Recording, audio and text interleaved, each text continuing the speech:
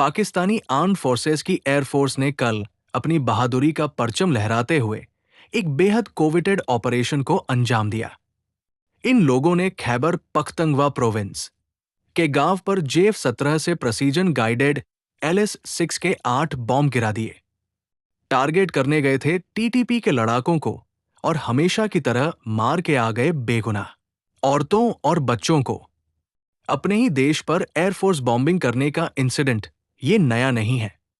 बलूचिस्तान पर इनके air strikes अक्सर होते रहते हैं। अब खैबर पख्तून पर ये जो एयर स्ट्राइक्स की गई है, इसके कनेक्शंस अफगानिस्तान के तालिबान से हैं। ये गांव जहां बॉम्ब्स गिराए गए हैं, ये पश्तून का है। पश्तून अफगानी ट्राइब है और ये जो एरिया ये लोग होल्ड करते हैं, ये आधा पाकिस्तान और आधा अफगानिस्तान में है। TTP और तालिबान इस हिस्से को वापस लेना चाहते हैं, इसलिए अक्सर इन एरियाज में कभी TTP तो कभी तालिबान के साथ पाकिस्तानी आर्म्ड फोर्सेस के डायरेक्ट फ्लिक्ट होते रहते हैं। बाकी उधर बलूचिस्तान ने तो अपनी इंडिपेंडेंस ऑलरेडी घोषित कर रखी है।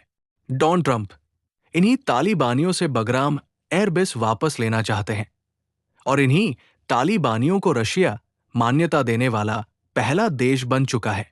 बाकी आप समझदार हैं।